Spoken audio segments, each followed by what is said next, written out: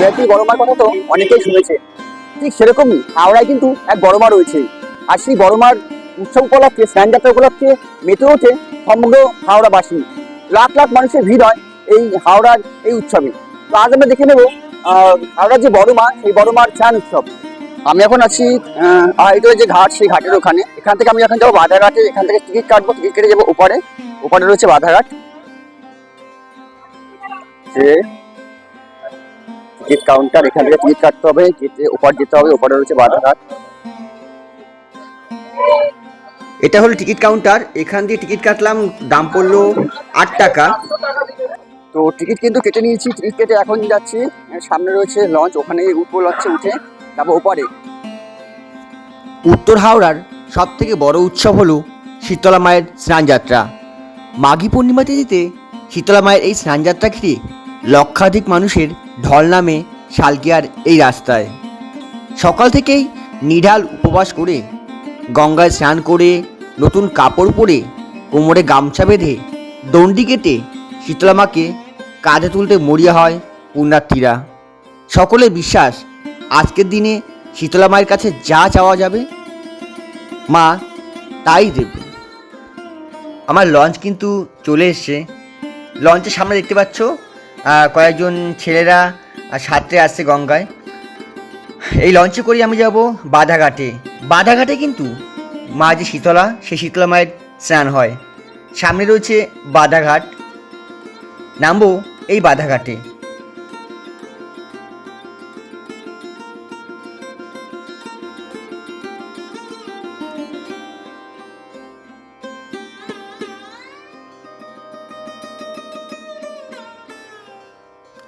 শালকিয়ার শীতলা মায়ের স্নানযাত্রা ঘিরে অনেক গল্প কথা রয়েছে। কথিত আছে শালকিয়ার শীতলা মায়েরা 7 বোন থাকেন। বছরের একটি দিনে মাঘী পূর্ণিমা তিথিতে ছোট বোন বাদে সকল বোনেরা মিলে শোভাযাত্রা সহকারে বেরোন এবং পরস্পরের সাথে দেখা করেন। দেখা করার শেষে গঙ্গা স্নান সেরে বাড়িতে অর্থাৎ মন্দিরে ফেরে। এই সেই গঙ্গার ঘাট, বাধাঘাট। এই ঘাটেই কিন্তু মা স্নান করতে আসবে। সব বোনেরা শোভাযাত্রায় অংশগ্রহণ করলেও ছোট বোন করে না। এই ছোট বোনের কিন্তু একটা গল্প রয়েছে। শোনা যায় ছোট বোন খুবই দুষ্টু। একবার তাকে স্নান করাতে নিয়ে যাওয়া হয়েছিল এই গঙ্গায়। সেখান থেকে কি গঙ্গায় তলিয়ে যান, আর খুঁজেই পাওয়া যায়নি। 1 বছর পরে তাকে পাওয়া যায় গঙ্গার ওপারে। এই 1 বছর যে কোথায় ছিল, কোথায় লুকিয়েছিল, সে কথা আজ পর্যন্ত কেউ জানে না। তাই তাকে আর বের করা হয় না, বরং এই দিন তাকে মন্দিরে শিকলের সাথে বেঁধে রাখা হয়। তোমরা দেখতে পাচ্ছ এখানে যে এক এক করে গঙ্গা থেকে স্নান সেরে এই ছোট বাচ্চা থেকে বয়স্ক সকলেই কিন্তু গঙ্গা থেকে স্নান সেরে সেই একই ভেজা কাপড়ে দণ্ডি কাটতে কাটতে যাচ্ছে এখান থেকে বড় মায়ের মন্দিরে। সেখান থেকেই বড় মায়ের সিংহাসন স্পর্শ করবে। আমার ওইটা প্রথমবার আসা, তাই ভিড়ে পা মিলিয়ে চললাম বড় মার মন্দিরের দিকে। জানতাম না যে এত কাছেই ছিল বড় মার মন্দির। সামনে দেখছো সকলে কিন্তু দণ্ডি কাটছে। এখানটায় কিছু একটা হয়েছে, চলো গিয়ে দেখা যাক কি হয়েছে এখানে। তোমরা দেখছো এখানে একজন দাদার মধ্যে কিন্তু মা যে শীতলা, তার ভর পড়েছে। তাকে পায়ে সিঁদুর পরানো, তাকে পায়ে আলতা পরানো হচ্ছে, কপালে সিঁদুর পরানো হচ্ছে। পাশে আর এক মহিলাকে তোমরা দেখতে পাচ্ছ, তার কিন্তু মায়ের ভর এসছে। তাকে সবাই ধরছে, ধরে মাথায় সিঁদুর দিচ্ছে। শীতলা দেবীর কথা কিন্তু রামায়ণ মহাভারতেও রয়েছে। বিরাট রাজার রাজ্যে একবার মহা কলেরা দেখা দেয়। মা শীতলার পুজো করে কিন্তু সেখান থেকে রেহাই পায়।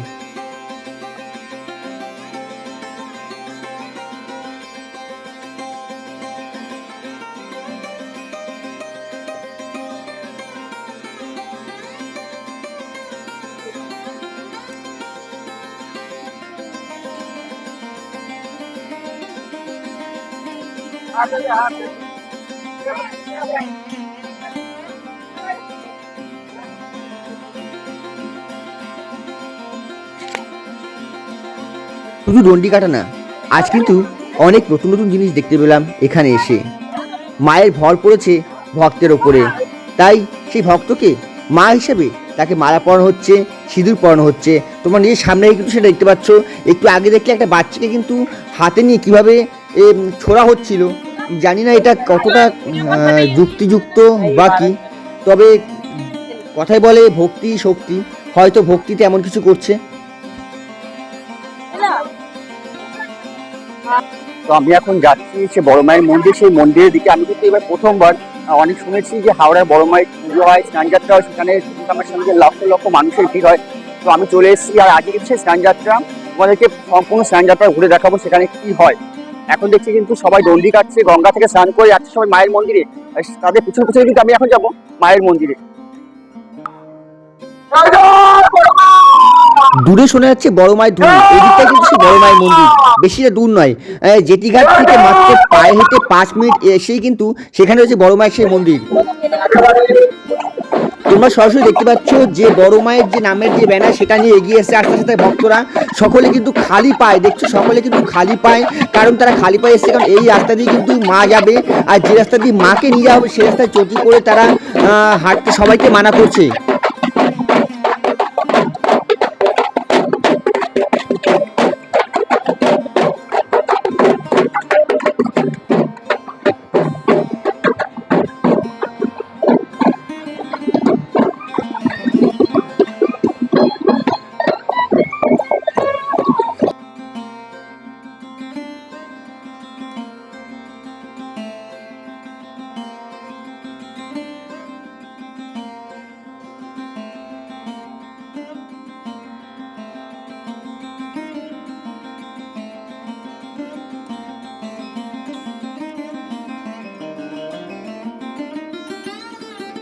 সব বোনেরা দেখা করে ছোট বোনের সঙ্গে, কারণ ছোট বোনকে কিন্তু ঘর থেকে বের করা হয় না।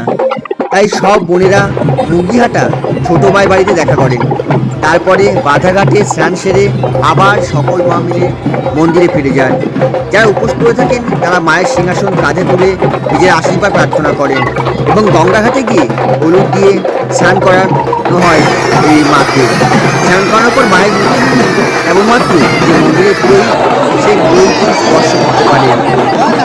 ছাত্রদের গল্প হলেও এখন শালকিয়া শীতলা মায়ের সংখ্যা অনেক বেড়েছে। দুপুর 3টে থেকে রাত 10টা পর্যন্ত চলে এই শোভাযাত্রা। এই শোভাযাত্রা দেখতে বহু মানুষ ভিড় কম করে।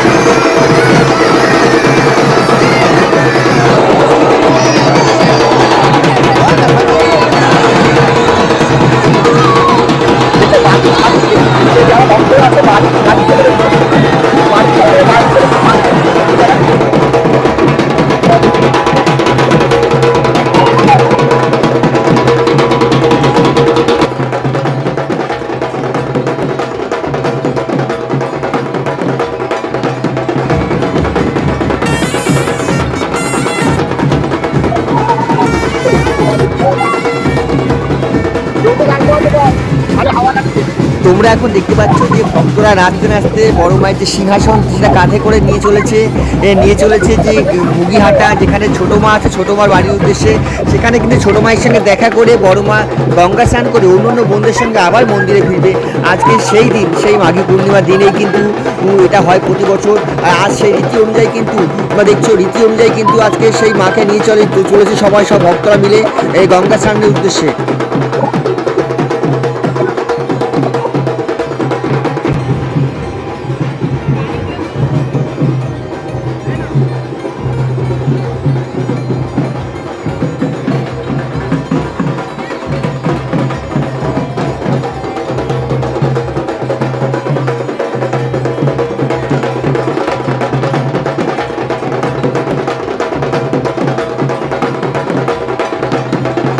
তোমরা এতক্ষণ দেখলে কিন্তু যে বড় মা মন্দির থেকে বেরিয়ে গেছে, আর না সরে যাচ্ছে দেখে, আর এখন যাচ্ছে মেরুমার মন্দিরে, এবং সেখান থেকে মা বেরিয়ে একটা ভিডিওর মধ্যে যে সব মায়ের শোভাযাত্রা দেওয়া সম্ভব না বলে আমি মেজো মা সেজো মায়ের যে শোভাযাত্রা সেটা তোমাদের পরের ভিডিওতে দিচ্ছি। তো আশা করছি তোমার ভিডিওটা ভালো লাগবে, তাহলে অবশ্যই সঙ্গে থেকো, কারণ আর কিছুক্ষণের মধ্যে কিন্তু যে মেজো মা সেজো মায়ের যে স্নানযাত্রার ভিডিও সেটাও তোমরা পেয়ে যাবে। তো সঙ্গে থাকো, ভিডিও শেষ পর্যন্ত দেখতে থাকো।